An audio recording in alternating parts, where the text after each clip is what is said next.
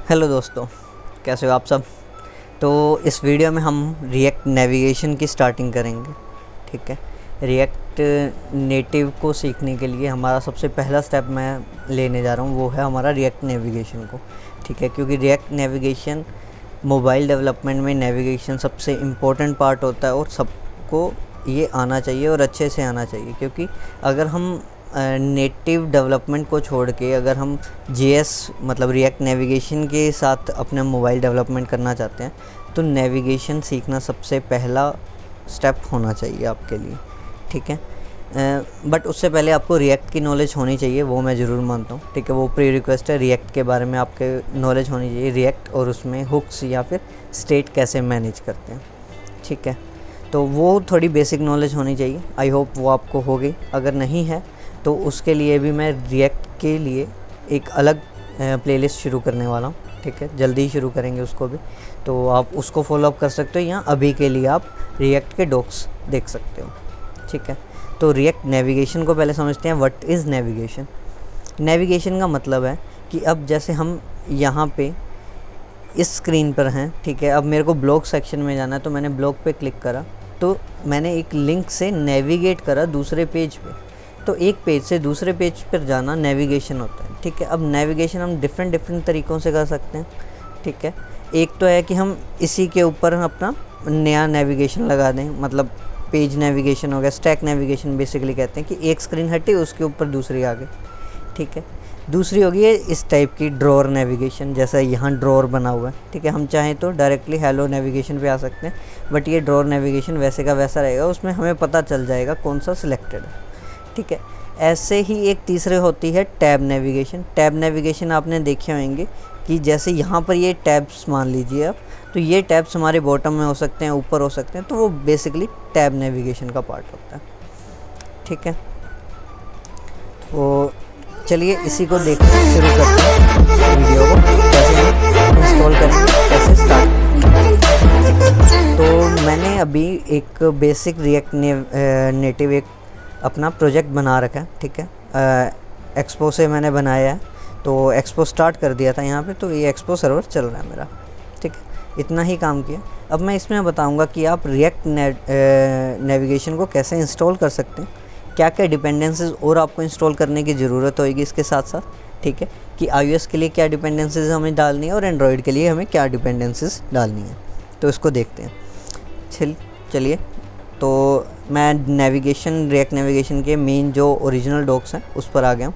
ठीक है, तो उसमें उसने पहली चीज़ बताई हुई है। मैं आपको ये रिएक्ट नेविगेशन डॉक से ही क्यों बता रहा हूँ, क्योंकि कईयों की रिक्वेस्ट रहती है कि अगर मेरे को डॉक से समझना है तो मैं किस तरीके से समझूँ, मेरे को समझ में नहीं आता, उसको कर नहीं पाता हूँ मैं। ठीक है, तो एक नॉर्मल डॉक्स को हमें कैसे पढ़ना चाहिए और कैसे उसको चलाना चाहिए, वो एक सिंपल वे में आपको बता दूँगा। ठीक है, सबसे पहली चीज़ है उसमें ऊपर उसने फंडामेंटल्स के बारे में बता दिया कि ये गेटिंग स्टार्टेड है, कि हम कैसे अपना रिएक्ट नेविगेशन कर सकते हैं, क्या क्या एडवांस पार्ट होंगे, हम धीरे धीरे उसमें जाएंगे, धीरे धीरे इसको कवर करते रहेंगे, बिल्ड करके छोटे छोटे पीसेस को। ऊपर सिर्फ इतनी चीज़ दे रखी है। ठीक है, उसके बाद उसने प्री रिक्वेस्ट बता दी है कि इस चीज़ को पढ़ने से पहले आपको क्या चीज़ें आनी चाहिए। ठीक है, तो उसने बोला कि आपको रिएक्ट नेटिव एक्सप्रेस के बारे में थोड़ा बहुत पता होना चाहिए कि रिएक्ट नेटिव के जो कंपोनेंट्स वगैरह होते हैं। ठीक है, उसके बाद मेन कंसेप्ट रिएक्ट कैसे काम करती है उसके मेन कंसेप्ट आने चाहिए।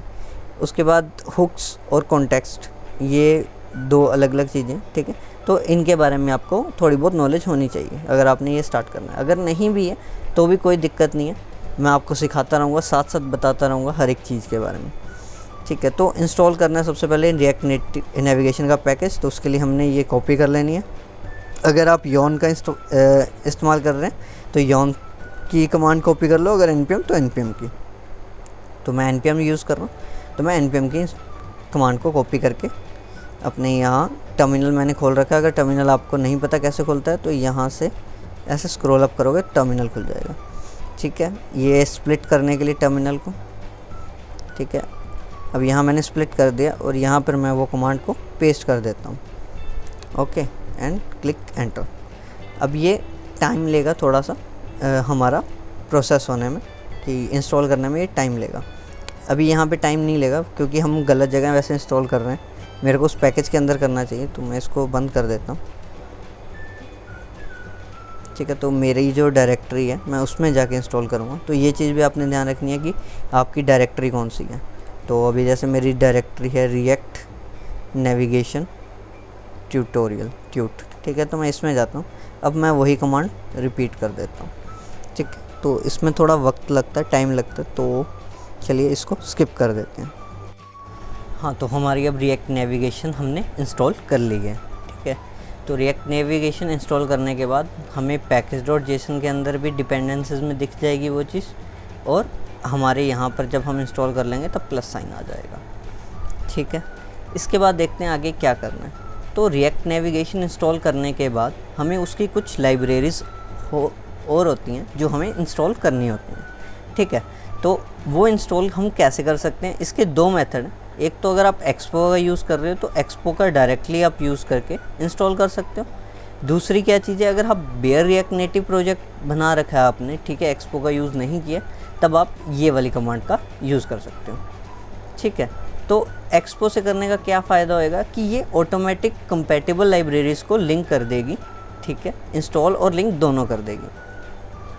एक्सपो से मैं यूज़ कर रहा हूँ, तो एक्सपो को हम यहाँ से कॉपी करेंगे, और मैं गिट बैश का यूज़ कर रहा हूँ और वहाँ जाके मैंने पेस्ट कर दिया और हिट एंटर कर दिया। तो ये कुछ टाइम लेगा इंस्टॉल होने में।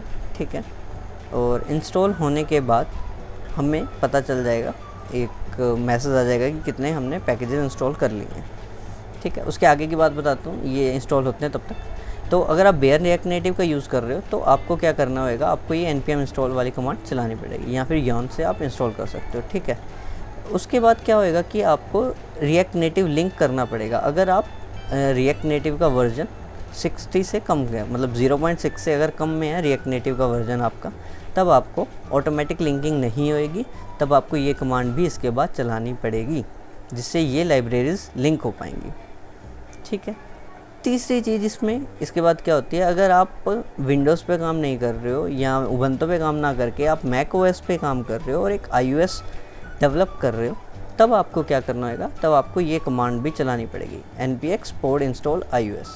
ठीक है, तो इससे क्या होएगा, वो iOS का जो पोर्ट होता है वो इंस्टॉल कर देगा उसके अंदर। ठीक है, बस इतना काम करना है, इसके बाद आपका काम डन है। अब जैसे यहाँ इंस्टॉल हो चुका है, तो हमारी रिएक्ट नेटिव इंस्टॉलेशन ख़त्म हो गई है यहाँ पर, और नेक्स्ट लेक्चर से हम पढ़ेंगे स्टैक नेविगेशन के बारे में। ठीक है, तो अगर वीडियो अच्छी लगे हो लाइक कर देना, सब्सक्राइब कर देना, और कमेंट ज़रूर करना क्या इम्प्रूवमेंट कर सकते हैं। मिलते हैं अगली वीडियो में।